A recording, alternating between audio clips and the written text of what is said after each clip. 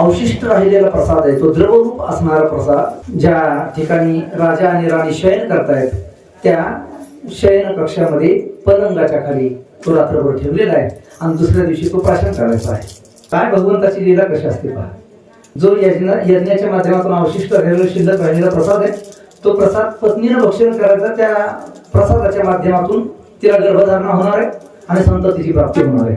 परंतु भगवंताचं नियोजन काही वेगळ्या पद्धतीचं आहे. या युवराश्व नावाच्या राजाला रात्रीच्या वेळेला तहान लागली महाराज आणि हा उठला रात्री पाणी पिण्याकरता. इकडं तिकडं पाहिलं, पाणी कुठं दिसे ना. त्या पलंगाच्या खाली ठेवलेला तो द्रवरूप जो यज्ञाचा अवशिष्ट प्रसाद आहे हा युवराश्व राजाने पिऊन घेतला. त्याचा परिणाम असा की कालांतराने ही सृष्टीमधली पहिली घटना आहे.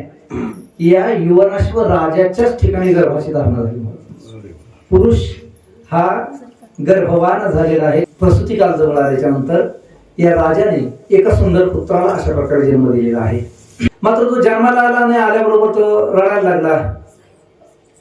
त्याच्या रडण्याचं कारण ज्या वेळेला विचारात घेतलं त्यावेळेला त्याला भूक लागलेली असेल म्हणून दूध पिण्याकरता ते बालक रडत होतं. सगळ्या देवी देवता, कारण सृष्टीतली पहिलीच घटना एका पुरुषाला त्या ठिकाणी बालकाची प्राप्ती झालेली. मग सृष्टीतली पहिलीच घटना असल्याच्यामुळे सगळे देवी देवता त्या ठिकाणी उपस्थित आहेत. त्याच्यामध्ये इंद्रही तिथं होता. त्या पोरग रडत असताना पाहिला आणि इंद्राला राहू नाही मारत. त्याच्या अंतःकरणाला दयाभाव जागृत झाला. इंद्र त्या पोराच्या जवळ गेला आणि आपली करांगुली जी आहे ती करांगुली त्या पोराच्या तोंडामध्ये त्याने दिली आणि तू शांत राहा म्हणे, हे दूध प्राशन कर असं म्हणून त्या करांगुलीमध्ये असणारं जे अमृत आहे त्या अमृत प्राशनाच्या माध्यमातून तो मुलगा जो आहे तो जिवंत झाला.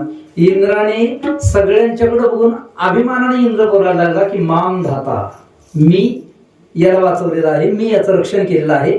मानधाता, मग त्याचं नावच काय झालं? मानधाता. मानधाता राजाला 50 मुली झालेल्याचं वर्णन आहे. 3 मुलं आणि 50 मुली आहेत. त्या 50 मुली ज्या वेळेला उपवर झाल्या त्यावेळेला हा मानधाता राजा चिंतेमध्ये आहे. अशी कोण व्यक्ती असेल जो या 50 मुलींना एक सारख्या समभावाने सांभाळेल, असं कोण असेल, अशा चिंतेमध्येच आहे. उपवर झालेले आहेत आणि शेवटी त्यांचं स्वयंवर करायचं ठरवलं. स्वयंवराचा दिवस आहे. त्या स्वयंवराच्या दिवशी या मानधाता राजाच्या नगरीमध्ये एक दिव्य तेज संपन्न असे ऋषी आलेले आहेत. त्यांचं नाव आहे ऋषी सौभरी. सौभरी नावाचे ऋषी या राज्यामध्ये आलेले. सगळे पाहतात कुतूहलाने त्यांच्याकडं. कोण आहे ते सौभरी ऋषी? सौभरी ऋषी म्हणजे सर्वसामान्य महाराज 30,000 वर्ष त्यांनी तपश्चर्या केलेली आहे. ते सौभरी 30,000 वर्षांची तपश्चर्या आहे. तपश्चर्या करत असताना 10,000 वर्ष तपश्चर्या त्यांनी जमिनीवर केली. 10,000 वर्ष पाण्यामध्ये राहून तपश्चर्या केली आणि 10,000 वर्ष आकाशामध्ये आधांतर राहून तपश्चर्या केली. असे 30,000 वर्षांच्या तपश्चर्याचा इतिहास सौभरी ऋषींचा आहे.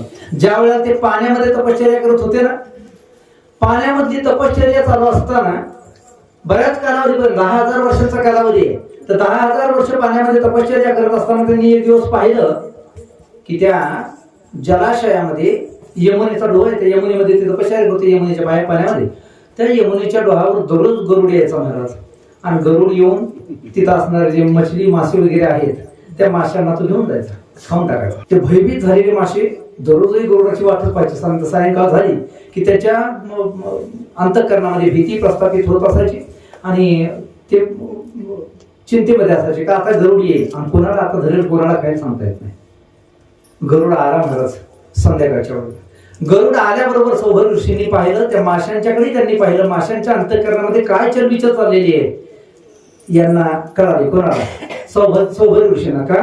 कारण 10,000 वर्षांची तपश्चर्या पाण्यामध्ये राहून केलेली आहे. त्यामुळं तादात्म्य संबंध प्राप्त झालेला आहे. माशांच्या अंतःकरणामध्ये प्राप्त होणाऱ्या भावना त्या सौभरी ऋषींच्या अंतःकरणामध्ये उमटायला लागलेल्या आहेत. त्या मासळ्यांच्या अंतःकरणामध्ये असणारी चलबिचल अवस्था, भीतीची अवस्था ही सौभरींना प्राप्त झाली. गरुडा आलेला पाहिला आणि गरुडाला त्यांनी शाप दिला की गरुडा खबरदार म्हणे, आता इकडे जर पुन्हा येशील तर या यमुनेच्या या डोहामध्ये जिथं मी तपश्चर्या करत आहे इथं जर तू परत कधी आलास तर इथं आल्यानंतर तू तुझ्या प्राणांना मुश्किल मिळेल, तुझा मृत्यू होईल. गरुडाला तो शाप मिळाला आणि तो शाप कालिया नागा करता वरदान ठरला. आपण पुढच्या वर्षी ती कथा पाहू. कालिया नागाची. कालिया नाग त्या गरुडाच्या भीतीनंच त्या यमुनेच्या डोहामध्ये येऊन राहिलेला होता, कारण सौभर ऋषींचा प्राप्त असलेला शाप आहे. गरुडाला शाप दिला आणि सौभर ऋषीने 10,000 वर्षांचं तप जे आहे ते पूर्ण करत असताना तपाचा शेवटचा दिवस आहे आणि त्या दिवशी त्यांनी एक दृश्य पाहिलं. त्यांच्या समोरच पाण्यामध्ये तप चाललेलं आहे. त्या पाण्यामध्ये त्यांनी समोर पाहिलं एक मासा आणि त्या माशाचा पूर्ण परिवार त्या पाण्यामध्ये जलक्रीडा करत होता. महाराज जलक्रीडा करत असताना एकमेकाच्या बरोबर ते जलक्रीडा करत असताना त्यांना जो आनंद होत होता ना त्यांच्या अंतःकरणामध्ये, तो आनंद सौभर ऋषींच्या अंतःकरणामध्ये उमटायला लागला. त्यांनी विचार केला, अरे का मी एवढी तपश्चर्या केली 30,000 वर्षापर्यंत, पण यांच्या अंतःकरणामध्ये जो आनंद आहे तो आनंद अजून माझ्या अंतःकरणाला प्राप्त झाला नाही. मलाही असंच सुख पाहिजे म्हणे. परिवाराचं कुटुंबाचं जे सुख आहे ते सुख मीही उपभोगायला पाहिजे. लगेच पाण्यातून बाहेर आले महाराज, त्यांचा चेहरा मोहरा बदलला. तपश्चर्या कुठे निघून गेली 30,000 वर्षांची आणि विचार करतात की मला आता कौटुंबिक सुख भोगायचं नाही. आणि निघाले महाराज मदल करत या मांधाता नावाच्या नगरीमध्ये आले. अयोध्या नगरीमध्ये आलेले आहेत. मांधाता राजाची ती नगरी आहे. तिथं आल्यानंतर नगरी सजवलेली आहे. सगळ्यांनी नवीन वस्त्र परिधान केलेले आहेत. चौकामध्ये मंगलवाद्य वाजतायत. सर्व नगरामधून पंचपक्वान्नाचा घमघमाट यायला लागलेला आहे. लोकांना विचारलं म्हणजे काय रे आज काय सण वगैरे आहे का? लोकांनी सांगितलं म्हणजे महाराज सण नाही, आज मांधाता राजाच्या 50 मुलींचं स्वयंवर आहे म्हणे आज. ते ऐकलं महाराज, त्यांना वाटलं बरं झालं मी इथं आलो. मी विचारच करून होतो की मला कुटुंबाचं सुख प्राप्त झालं पाहिजे आणि बरं झालं या मांधाताच्या 50 मुलींचा विवाह आज स्वयंवर आहे. गेले महाराज मांधाता राजाकडे. राजाने पाहिलं ऋषी आलेले आहेत, आनंद वाटला, स्वागत केलं. बरं झालं, चांगल्या मंगल प्रसंगी तुम्ही महाराज या ठिकाणी आलेत. त्याला आनंद वाटला. बसायला उच्च आसन दिलेलं आहे, सेवा करत आहे राजा. आणि जसं एखादा महाराज आल्याच्या नंतर एखादी महाराज जर घरी आले तर आपण घरातल्या सगळ्यांना जसं घ्या बाबा दर्शन महाराज आलेले, तसं त्या राजाने त्या 50 मुलींना सांगितलं म्हणजे दर्शन घ्या. दर्शन घेण्याकरता जसेही त्या मुली आल्या महाराज, काम भावनेने सौभर ऋषी त्यांच्याकडे पाहत आहेत. राजाने ते हिरलं महाराज. राजाला वाईट वाटलं. आपण कोणत्या भावनेने या महाराजांच्या समोर मुलींना पेश केलं आणि हे ऋषींचं चरित्र थोडंसं वेगळं दिसायला लागलेलं आहे. मग थोडा राजा मौन राहिलेला आहे. सौभर ऋषीने सांगितलं म्हणजे राजा या मुलींचं स्वयंवर रद्द कर म्हणे. आता मी काय कारण या 50 मुलींच्या सोबत मलाच विवाह करायचा म्हणे. राजाला धक्काच बसला महाराज. आता त्याला प्रश्न असा पडला की त्याला नाही म्हणता येत नाही आणि होई म्हणता येत नाही. कारण नाही म्हणावं तर या बाबाची 30,000 वर्षाची तपश्चर्या आहे. नाही म्हटलं राग आला तर भस्मसात करून टाकेल, जाळून भस्म करेल आपल्याला. आणि जर हो म्हणावं तर आपल्या मुलींच्या आयुष्याचं वाटोळं आहे. अशा जखड म्हाताऱ्या 50 तरुण मुली कशा देणार आपण? राजा चिंतामग्न आहे. बराच काळ त्याने विचार केला आणि हुशार होता. त्याने चतुरता दाखवली. त्याने सांगितलं म्हणे महाराज काय हरकत नाही, या मी मुली तुम्हाला अर्पण करेन, पण एक लक्षात घ्या, त्या 50 माझ्या पण एक मुलगी नाही 50 मुली आहेत म्हणे. या 50 मुलींच्या समोर मी एकदा फेरफटका मारणे, एकदा जाऊन या म्हणे. जी मुलगी तुम्हाला पसंत करेल तिच्या बरोबर मी तुमचा विवाह लावून देईल. कारण राजाला माहिती आहे यांना कोण पसंत करणार आहे महाराज. ते का स्वरूपवान थोडेच आहेत. पांढरे शुभ्र दाढी केस आहेत, वय झालेलं आहे, जखड म्हातारे आहेत, यांना कोण पसंत करणार आहे? पण सौभर ऋषी 30,000 वर्षांची तपश्चर्या आहे. ती सगळी तपश्चर्या पणाला लावली आणि असं सुंदर राजविंड स्वरूप भगत त्यांनी स्वतः धारण केलेलं आहे.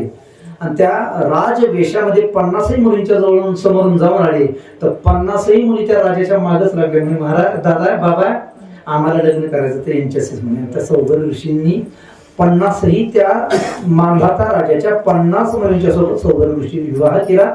विवाह केल्याच्या नंतर बऱ्याच वर्षापर्यंत त्यांनी त्या संसारामध्ये आपलं जीवन व्यतीत केलेलं आहे.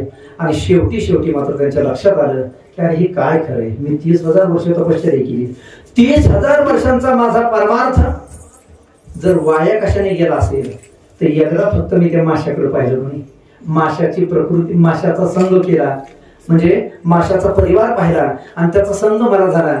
ध्यायतो विषांतून सहसंगास्तेषु उपजायते संगात संगायते कामा माझ्या निर्माण झाला.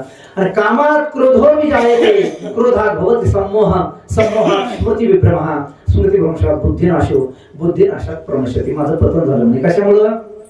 मी एक संन्यासी आहे, मी एक त्यागी होतो, परंतु त्यागी असणाऱ्या मी संसारिकाचा संग केला आणि संसारिकाचा संग केल्यामुळे माझ्या जीवनामध्ये माझं पतन झालं.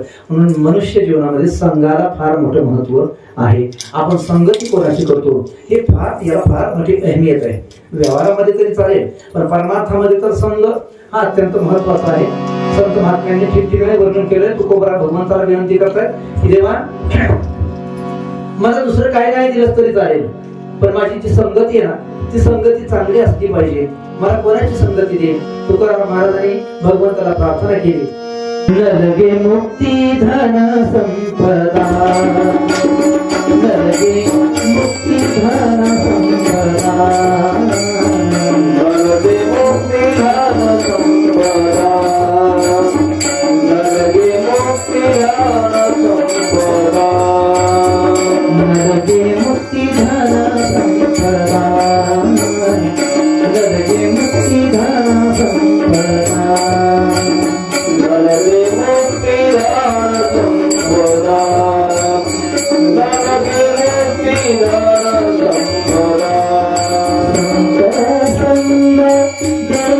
सदा, संत संग जय सदा, जुगदाई मावळी, जुगदाई मावळी, जुगदाई मावळी.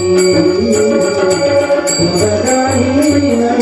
सदा, संत संग जय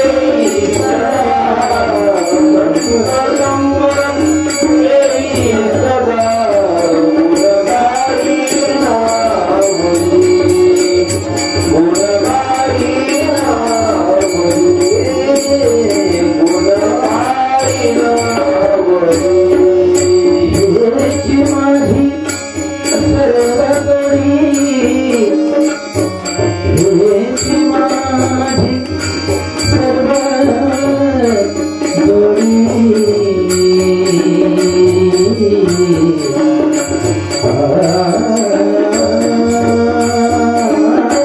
मावळी,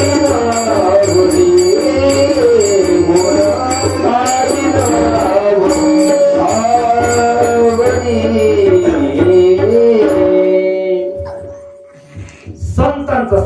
परमात्मा मला मला बाकी काही नाही दिलं तर कर. नरगे मुक्ती धन संपदा संत संग देई सदा. किंवा संत संग देई, संत संग देई, अनेक प्रवाही घर नको मला देवा द्यायचं असेल तर संग द्या. वैष्णवा संगती सुख वाटे जीवा, आणि कमी देवा काही नाही. वैष्णवांच्या संगती, संतांच्या संगतीमध्ये मला सुखाची प्राप्ती होते. म्हणून ठिकठिकाणी संतांनी वर्णन केलं आहे. संत संगतीचे काय सांगू सुख आपण पाहिजे नाही तेथे. संतांच्या संगतीमध्ये अपार अशा प्रकारच्या सुखाचा लाभ प्राप्त होतो. म्हणून जेव्हा आम्हाला द्यायचं असेल तर संतांची संगती द्या. सौभरी ऋषी विचार करतात, माझ्या जीवनामध्ये माझं जे पतन झालं याला कारण जर काय असेल तर ते कारण म्हणजे दुर्जनांचा संसारिकाचा संघ आहे. आणि म्हणून मला संतांची संगती पाहिजे.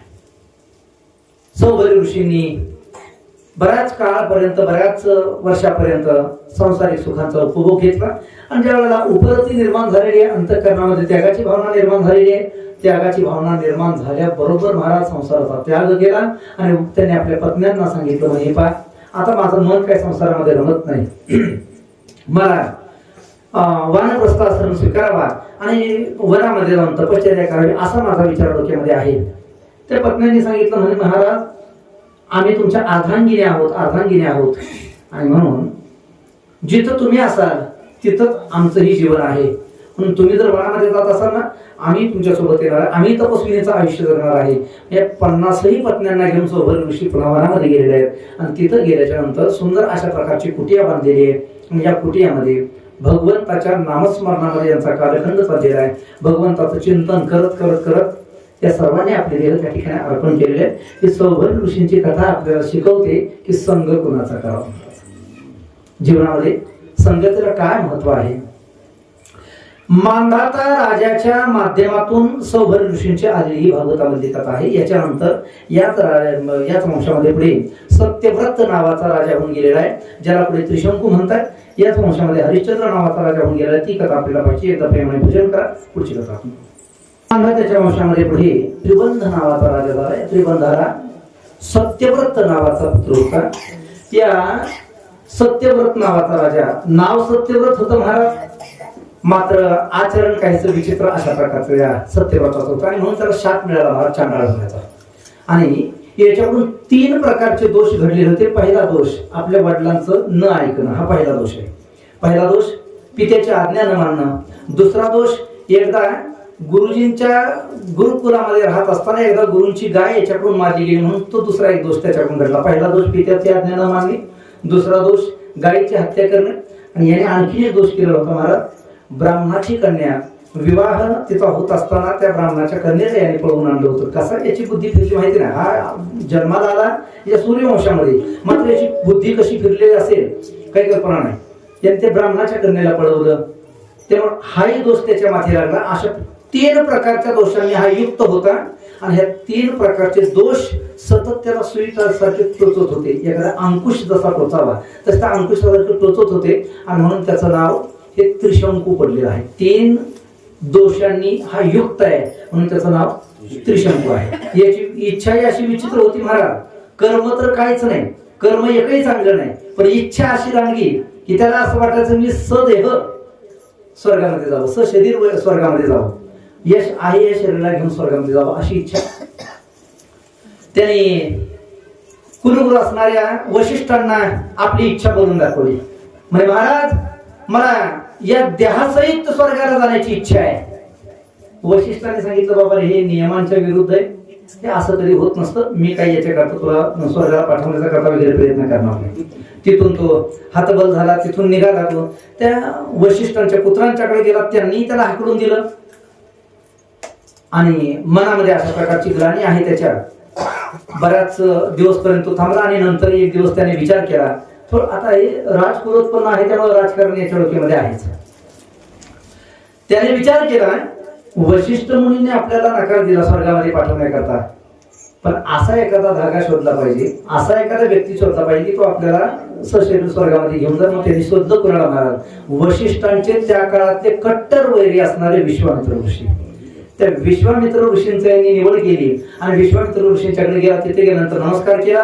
आणि नमस्कार करून तो बोलायला लागला, म्हणजे महाराज माझी इच्छा आहे सशरीर स्वर्गाला जाण्याची.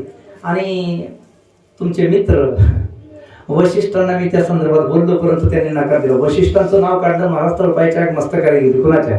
विश्वामित्रांच्या. त्याने सांगितलं, वशिष्ठांनी नकार दिला का? ठीक आहे म्हणजे मी करतो प्रयत्न तुला स्वर्गाला जाण्याकरता. आणि विश्वामित्रांनी त्या त्रिशंकू राजाला, सत्यव्रताला स्वर्गाला जाण्याकरता म्हणून मंत्रोच्चार चालू केला. ह्या त्रिशंकू स्वर्गाच्या दिशेने निघालेला आहे. जगातली ही अघटित असणारी पहिल्या प्रकारची घटना. देहासहित कोणी स्वर्गाला जाऊ शकत नाही. जातं का? कोणी जात नाही. मृत्यूच्या पश्चात गेला का नाही हे कोणाला माहिती नाही, परंतु आपली मान्यता आहे की मृत्यूच्या पश्चात मनुष्य जातो स्वर्गामध्ये. पण या देहासहित स्वर्गाला आणि स्वर्गातल्या इंद्रादिक देवतांनी ज्या वेळेला पाहिलं हा त्रिशंकू राजा सशरीर स्वर्गाला यायला लागला, त्यांना राग आला, त्यांनी आपलं पूर्ण तेज पणाला लावलं आणि या त्रिशंकू राजाला स्वर्गातून खाली ढकलून दिलं. महाराज ढकलल्याबरोबर हा पडला खाली. पडला पण कसा पडला वर्णन करतायत, खाली डोकं आणि वर पाय आहेत, अशा रीतीने तो स्वर्गातून असा खाली यायला लागला. खाली येत असताना त्याचा कपाळ मोक्षच होणार, खाली जमिनीवर पडला की डोकं फुटून तो मरणार आहे. विश्वामित्रांना ते हात जोडले, विश्वामित्रांना ते मोठ्याने आवाज दिला म्हणे महाराज वाचवा म्हणे मला. विश्वामित्रांनी पाहिलं आकाशातून स्वर्गातून खाली यायला लागलेला आहे. आपली मंत्रशक्ती प्राण लावली आणि विश्वामित्रांनी त्याला आकाशातल्या आकाशातच स्थिर करून ठेवला. जिथपर्यंत तो लटकत लटकत खाली आलेला होता, स्वर्ग आणि मृत्यूलोक या दोघांच्या मध्यभागी तो आहे, तिथं लटकला तो उलटा लटकलेला आहे. विश्वामित्रांनी त्याला पुन्हा सरळ केला, आकाशामध्येच अधांतरी ठेवला आणि त्याच्याकरताच त्याच्या पुरता एक छोटासा स्वर्ग बनवून दिला. दुसऱ्या म्हणजे पहिल्या स्वर्गासारखाच हा दुसरा स्वर्ग त्याच्या पुरता बनवून दिला. विश्वामित्रांची ही ताकद आहे. विश्वामित्रांनी त्या त्रिशंकूला अशा प्रकारे स्वर्गाचा अधिपती दिलेला आहे. याच त्रिशंकूच्या वंशामध्ये पुढे हरिश्चंद्र नावाचा राजा झालेला आहे. या हरिश्चंद्राची ख्याती अशी आहे महाराज, प्राण जाई पर वचन जाई. स्वप्नामध्ये दान दिलेलं राज्य, स्वप्नात दान दिलं. आता स्वप्नातली कोणती गोष्ट खरी असते महाराज? स्वप्नामध्ये जर कुत्रं चावलं तर जागा झाल्यानंतर इंजेक्शन घ्यायची गरज आहे का? इंजेक्शन घ्यायची गरज नाही, कारण स्वप्नातली कोणतीच गोष्ट खरी नाही ना. रात्री स्वप्नामध्ये देशाचा पंतप्रधान झाला तर दुसऱ्या दिवशी उठल्यानंतर त्याने तशाच प्रकारचा आणता येत नाही. काय? कारण स्वप्नातली कोणतीही गोष्ट खरी नाही. त्याने स्वप्नामध्ये दान दिलं हरिश्चंद्राने, पण प्रत्यक्षात मात्र त्याला स्वप्न असं पडलं की विश्वामित्र समोर आले आणि विश्वामित्राने त्याला संपूर्ण राज्य दान मागितलेलं आहे. ते राज्यही मागितलं आणि त्याच्या भारभार सुवर्णही दान मागितलेलं आहे. जागृतीमध्ये येऊन त्याने विश्वामित्रांची भेट घेतली आणि विश्वामित्रांना सांगितलं म्हणजे स्वप्नामध्ये तुम्ही मला जे दान मागितले ना ते मी दान माझ्या जागृती अवस्थेमध्ये पूर्ण करा. ते दान पूर्ण करण्याकरता महाराज अथक अशा प्रकारचे परिश्रम. राजाने राज्य सोडलं महाराज. हरिश्चंद्राने आपली पत्नी तारामती आणि मुलगा रोहिताक्ष, रोहित त्याला सोबत घेतलं. हरिश्चंद्र राजा हा दरबदर अशा प्रकारचा भटकायला लागलेला आहे. बाजारामध्ये आला महाराज. राज्य तर अगोदरच राज्याचा संकल्प सोडला, विश्वामित्रांना ते दान दिलं आणि आपल्या भारोभारात सुवर्ण जमा करायचंय. ते सोनं जमा करण्याकरता त्याने पहिला निर्णय घेतला आपल्या पत्नीला विकण्याचा. पत्नीला विक्रीला मांडलेला आहे बाजारामध्ये. एक ब्राह्मण त्यालाही आपल्या घर कामाकरता कुटुंबाकरता मोलकरणीची गरज होती. या हरिश्चंद्राच्या पत्नीला त्याने पाहिलं आणि पाहिल्याबरोबर त्याने तिला विकत घेतलेला आहे. काही पैसे तिच्या मोबदल्यामध्ये त्याने हरिश्चंद्राला दिले आणि तो ब्राह्मण तिला घेऊन जायला लागला तर ते पोरगा लहान असणारा रोहिताक्ष बाळ ते पोरगे लागला आईच्या पाठीमागे. त्या ब्राह्मणाने सांगितलं नाही याला नाही मी नेणार, मी हिला विकत घेतलेलं आहे, हिला मला सांभाळावं लागेल, हिला इथं मला खाणंपिणं वगैरे करावं लागेल, मग याच्याबरोबर या मुलालाही सांभाळायला नाही, याला मी घेऊन जाणार नाही. हो ना करता करता शेवटी तो तयार झाला. काही पैसे कमी केले त्यातले आणि त्या पोराला तिच्या बरोबर पाठवण्यात आलं महाराज. ते पोरगही निघालं तिच्याबरोबर. पत्नीचा आणि मुलाचा प्रश्न मिटला. आता राहिला हरिश्चंद्र राजा काम बघण्याकरता फिरत आहे. फिरता थकला महाराज. दिवसभर फिरला, त्याला कुठेही काम मिळालं नाही. संध्याकाळच्या वेळेला एका स्मशानामध्ये थांबलेला आहे. योगायोगाने त्या स्मशानामध्ये त्या दिवशी एक प्रेत आणलं गेलं जाळण्याकरता. राजा तिथंच होता महाराज. त्या स्मशानाचा जो मालक होता त्या मालकाने प्रेत जाळण्याच्या मोबदल्यामध्ये काही धन घेतलेलं आहे आणि ते धन घेऊन त्याने ते प्रेत जाळण्याची मुभा त्याने दिली. ते लोक प्रेत जाळून वगैरे गेल्याच्या नंतर हरिश्चंद्र राजा त्या डोंबाजवळ आला. डोंब म्हणतात त्याला, प्रेत जाळण्याचा ते स्मशानाचा जो मालक आहे त्या डोंबाच्या जवळ आला आणि आल्यानंतर त्याला विनंती केली, म्हणे दादा मला काहीतरी काम द्या, मी काहीही काम करेन, इथं अगदी 8 मोबदल्यामध्ये मी काम करायला तयार आहे, मला एखादं काम द्या.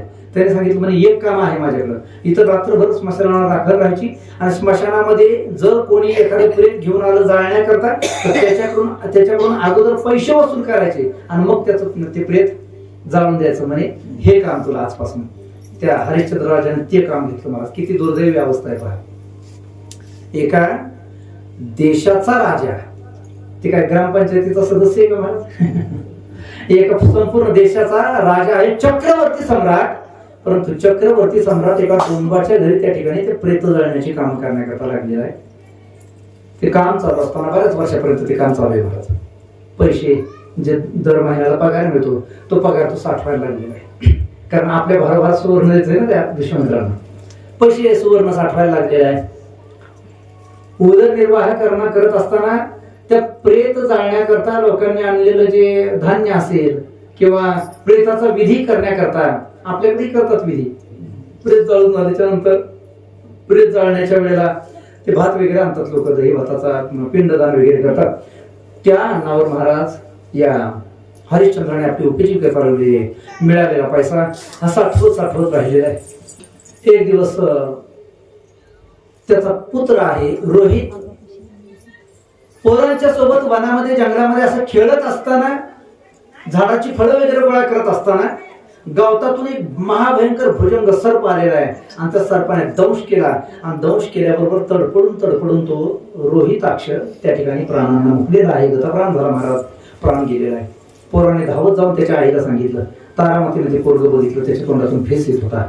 धाय मोकलून ती रडायला लागली. महाराज उचललं तिने त्याला. फाटकी तुटकी साड्या अंगावर आहे, कळकटलेलं मळकटलेलं लुगडा अंगावर, चेहरा कळकटलेला आहे. ते पोरग घेतलं हातामध्ये आणि स्मशानाकडे गेली. कशा करता? प्रेत जाळण्याकरता. त्याच्यावर अंत्यसंस्कार झाले पाहिजे, अंत्यविधी केला पाहिजे. याच्याकरता प्रेत जाळण्याकरता स्वतःच्या मुलाला तिने उचललेलं आहे. उचलून स्मशानामध्ये घेऊन गेली.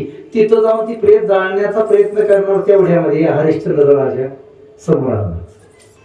इथं जर प्रेत जाळायचं असेल तर त्याच्याकरता तुला पैसे मोजावे लागतील. तिनं सांगितलं माझ्याकडे कुठले आले पैसे? मला विकलं गेलेलं आहे, मी विक्रेता आहे. माझ्याकडे कसले आले पैसे? पहा, माझ्या अंगावरची साडी आहे ना, माझ्या अंगावर जे लुगडं आहे ना, ते फाटलेलं आहे, तुटलेलं आहे. मला जे काही 2 घास देतो फक्त त्याच्यावरच माझं जीवन चालू आहे. आणि तिने पाहिलं महाराज त्या मशालीच्या उजेडामध्ये, हे दुसरं तिसरं कोण नाही, आपले पतीच आहेत, हे आपले मालक आहेत. मालक आहे पाहिलं आणि तारामतीच्या डोळ्यातून अश्रू आले. तिने सांगितलं म्हणे स्वामी, तुम्ही तर माझे पती देव आहात. हा आपलाच मुलगा आहे म्हणे रोहित, याला सर्पदंश झाला आणि आता याचा अंत्यविधी करायला पाहिजे.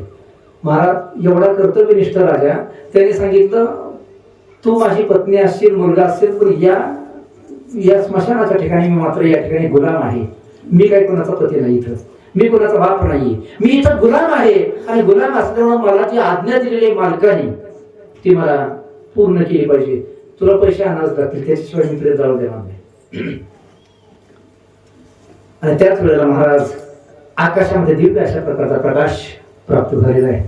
तो रोहित जो सर्पदंशाने मृत्यू पावलेला होता तो जिवंत झाला, जिवंत होऊन समोर उपस्थित झालेला आहे. आकाशामध्ये दिव्य अशा प्रकारचा प्रकाश पडला, स्वर्गातून देवता उपस्थित झालेले आहेत आणि त्या देवतांनी या कुटुंबावर पुष्पांची वृष्टी केलेली. हरिश्चंद्राचा जय जयकार करतात, सगळ्या देवता खाली येतात, स्वागत करतात हरिश्चंद्राचं. विश्वामित्र ऋषी तिथं आले आणि विश्वामित्र ऋषीने हात धरून सांगितलं म्हणे, राजा आजपर्यंत मी दानवीर पाहिले, आजपर्यंत मी सत्य प्रतिज्ञ व्यक्ती पाहिल्या, पण तुझ्यासारखा तूच आहेस म्हणून, तुझ्यासारखा केवळ तूच आहेस. स्वप्नामध्ये दिलेलं दान हे तुझ्या अवस्थेमध्ये पूर्ण करणारा पहिला राजा आहेस. म्हणून आजपासून हरिश्चंद्राला सत्यवादी असं म्हणतील. मग आजही आपली एखादा खरं बोलणारा जर असेल तर लोक त्याला म्हणतात हा सत्यवादी हरिश्चंद्रासारखा आहे. म्हणजे हरिश्चंद्र गेला, परंतु हरिश्चंद्राची कीर्ती तर सत्यवादी तो मात्र जोपर्यंत चंद्र सूर्य आहे तोपर्यंत आहे.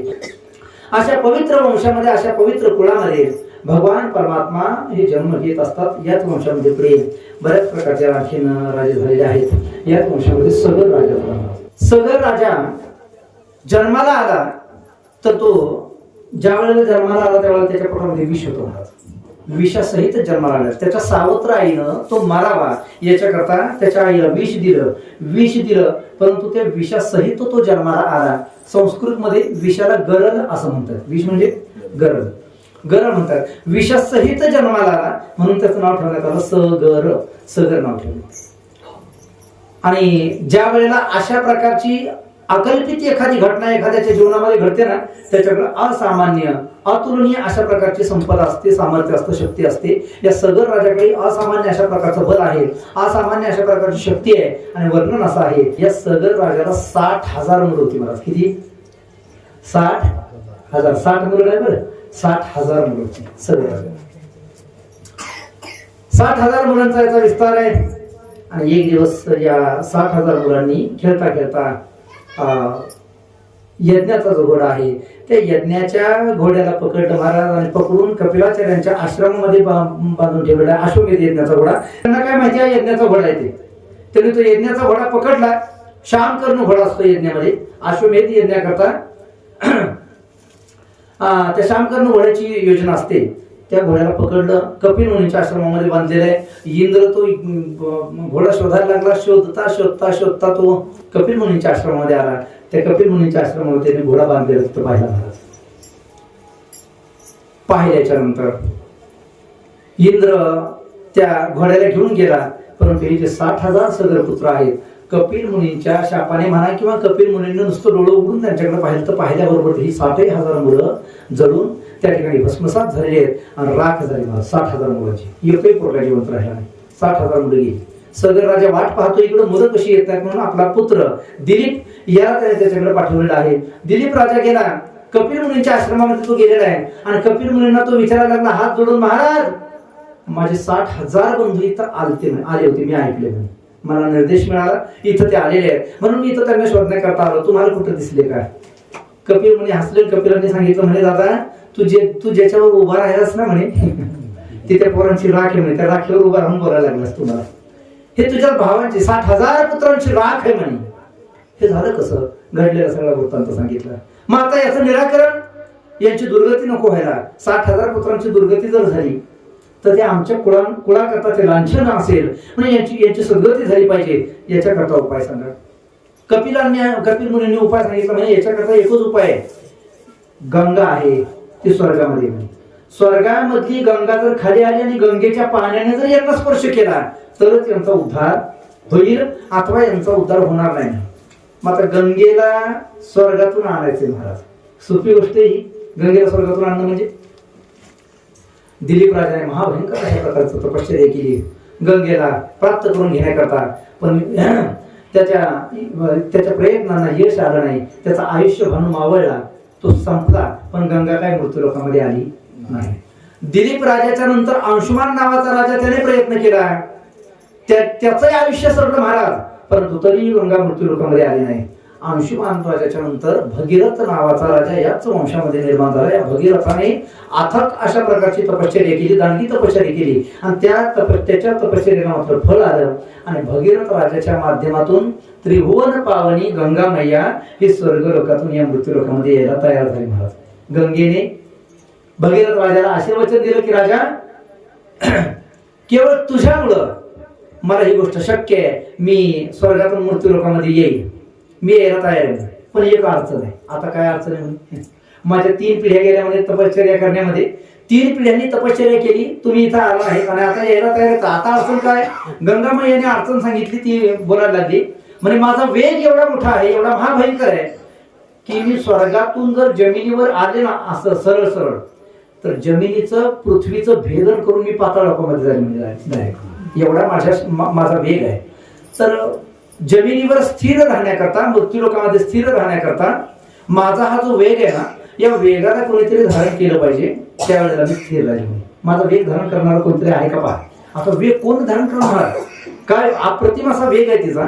तिने सांगितलं मी जर स्वर्गातून सरळ सरळ आले ना तर पृथ्वीचं भेदन करून पाताळ लोकांमध्ये. एवढा मोठा गंगेचा वेग धारण करण्याकरता आणखी कोण सक्षम आहे? राजा भगीरथ चिंतित झालेला आहे. ब्रह्मदेवाकडे गेला तो.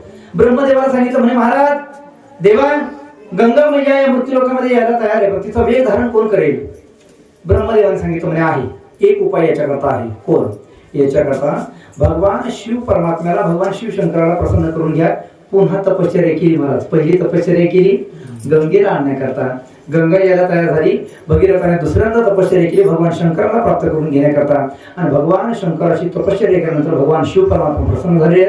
वरंगृही भगवान शंकराने वेग धारण करण्याकरता संमती दाखवलेली आहे. आणि गंगा मैयाला भगवान शिव परमात्म्याने विनंती केली की माझ्या जटेमध्ये तुम्ही प्रवेश करा. स्वर्गातून गंगा मैया निघाली महाराज. तिचा प्रवास चालू झाला. दिव्य अशी त्रिभुवन पावनी गंगा मैया.